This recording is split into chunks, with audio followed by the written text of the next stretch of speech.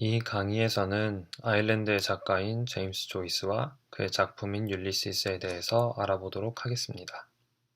아일랜드의 작가인 제임스 조이스는 가장 중요한 20세기 작가 중 한 명으로 손꼽히며 버지니아 울프, 에즈라 파운드, T.S. 엘리엇 등과 더불어 영미권 모더니즘을 대표하는 작가이기도 합니다.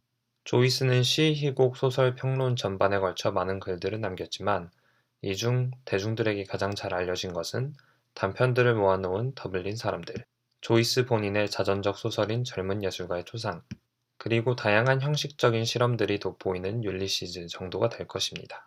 이 중 문학적 가치가 가장 높은 것으로 꼽히는 작품은 단연 율리시즈입니다. 율리시즈는 조이스의 서양 고전들에 대한 폭넓은 지식, 당대 아일랜드와 대영 제국, 유럽의 여러 제국들의 정치, 경제, 사회적 상황들에 대한 비판적 인식들이 새로운 문학적 기법을 통해 표현된 작품입니다.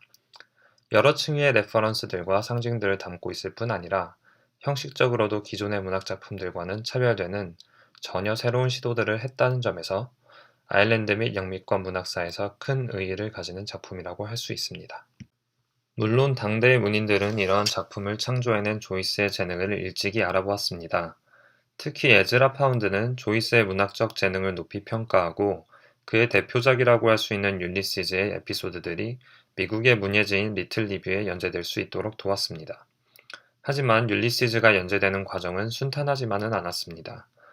1913년 3월호에 연재가 시작되면서 전체 에피소드의 3분의 2 정도에 달하는 에피소드들이 리틀 리뷰에 연재되었지만 그 이후에는 미 우편 당국의 검열을 피할 수 없었습니다. 검열 당국의 눈에 조이스의 일부 에피소드들이 지나치게 외설적이며 기괴하다고 판단되었던 것입니다. 이로 인해 1920년 8월호 이후로는 미국 내에서는 율리시즈의 에피소드들이 출간되지 못했습니다.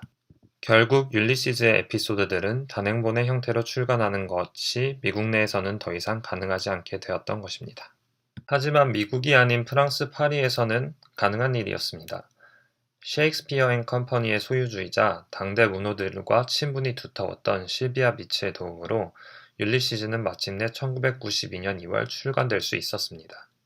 율리시즈는 텔레마코스, 네스토르, 프로테우스, 칼립소, 로터스 이터스, 하데스, 아이올로스, 레스트리고니언스, 스킬라와 카립디스, 배회하는 바위들, 세이렌, 키클롭스, 나우시카, 태양신의 황소들, 키르케, 에우마이오스, 이타카, 페넬로페의 총 18개 에피소드로 구성되어 있습니다.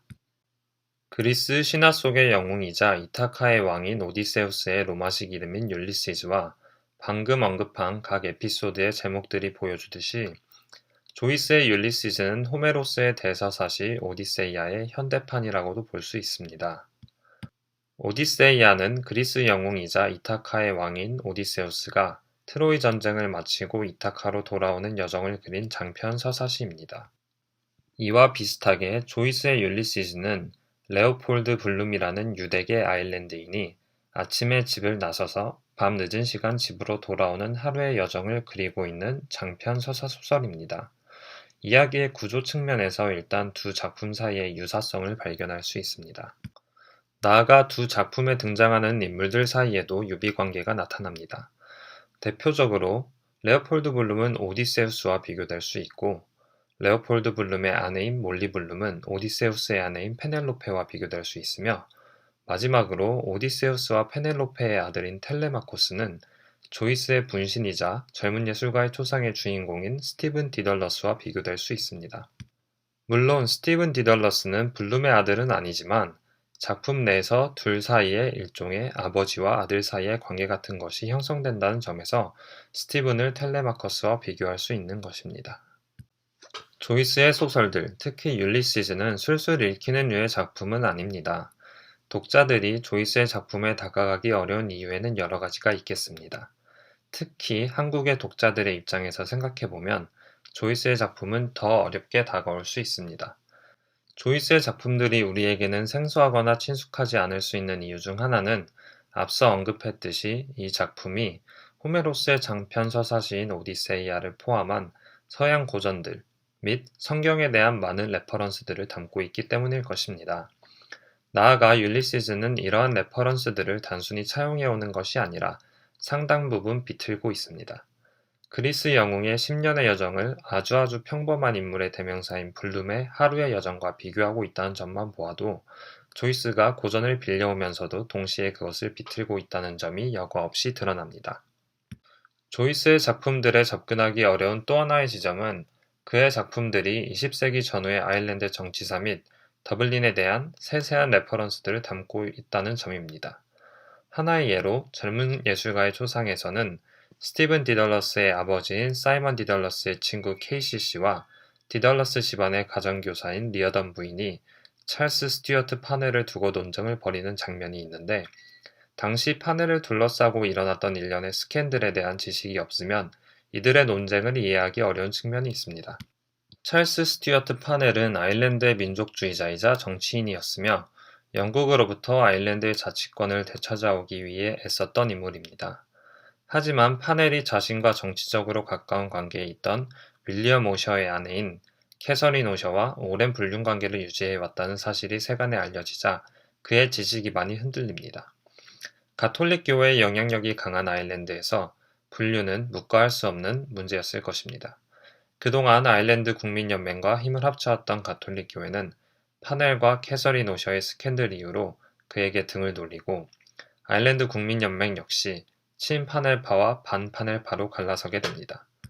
젊은 예술가의 초상에 대한 얘기로 다시 돌아가 보면 KCC와 리어던 부인의 논쟁은 결국 당시 아일랜드에서의 친파넬파와 반파넬파 사이의 갈등을 보여준다고 볼 수 있는 것입니다. 한편 율리시즈의 작품 곳곳에 아일랜드와 영국의 불편한 정치적 관계에 대한 레퍼런스들이 끊임없이 나타납니다. 첫 에피소드인 텔레마코스에서는 스티븐과 멀리건, 헤인즈의 불편한 관계를 통해 아일랜드와 영국 사이의 불편한 정치적 관계가 유기적으로 나타납니다. 아이올로스 에피소드의 시작 부분에서는 트라팔가 해전을 승리로 이끌었던 영국의 해군 제독 넬슨의 기념비를 중심으로 더블린의 각지를 향하는 트램들이 오고 가는 장면이 묘사되는데 이는 마치 영국 제국주의의 영향력이 아일랜드의 곳곳으로 퍼져나가는 것 같은 이미지를 만들어냅니다. 한편 배회하는 바이들 에피소드는 총독의 행렬이 더블린을 가로지르는 와중에 블룸을 포함한 여러 작중 인물들이 행렬과는 관계없는 각자의 일상을 보내는 장면들을 보여주고 있습니다.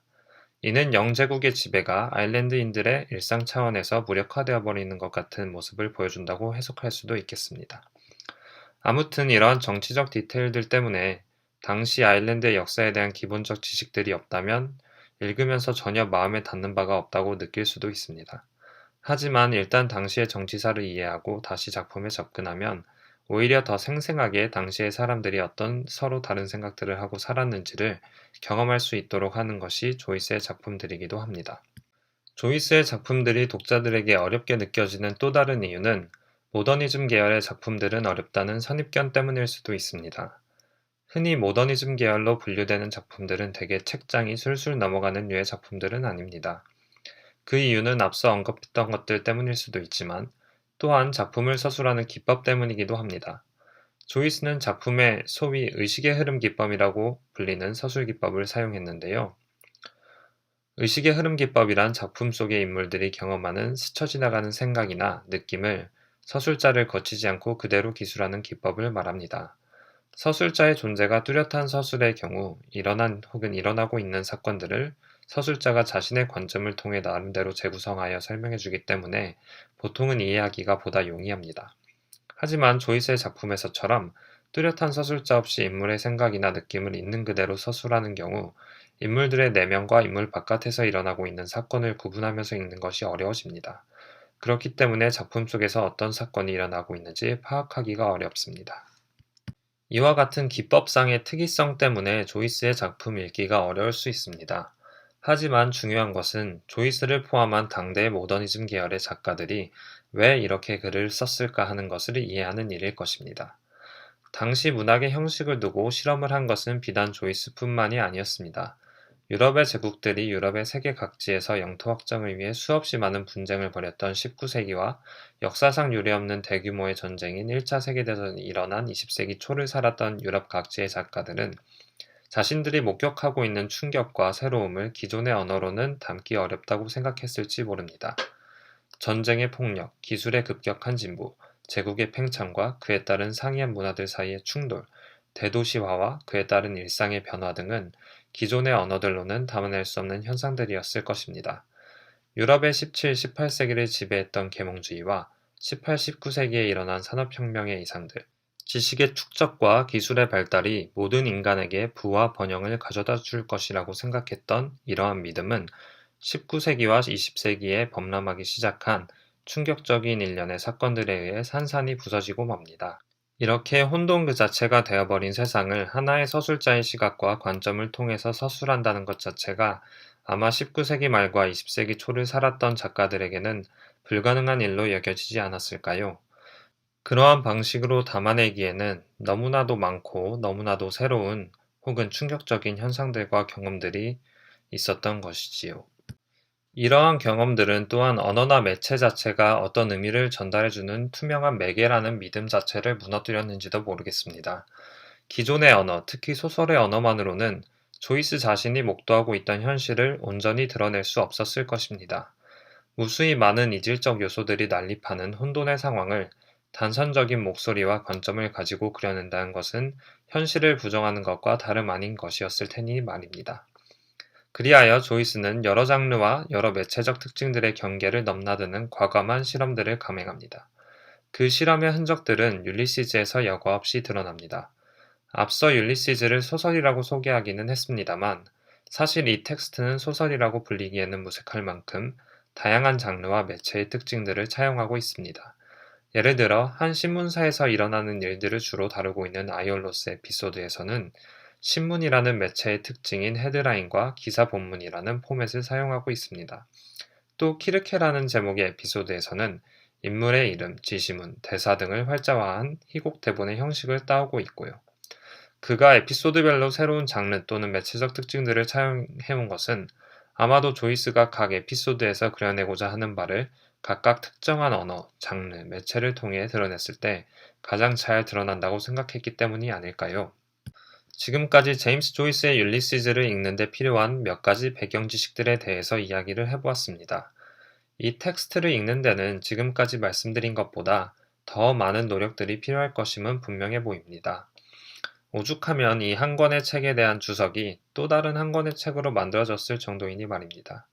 하지만 위에서 언급한 서양 고전과 성경에 대한 레퍼런스들, 아일랜드 근현대 정치사, 그리고 당시 더블린의 모습을 담아내고 있는 지도나 사진과 같은 시각 정보들을 하나씩 수집하고 다시금 이 작품을 들여다본다면 어쩌면 율리시즈 속 인물들의 생각과 느낌을 여과 없이 있는 그대로 마치 여러분 자신이 경험을 하고 있는 듯한 느낌을 정말 생생하게 받을 수 있을지도 모르는 일입니다. 이러한 의미에서 모더니즘 작품인 율리시즈는 어쩌면 리얼리즘보다 더 리얼리즘적인 작품이라고 할 수도 있지 않을까요?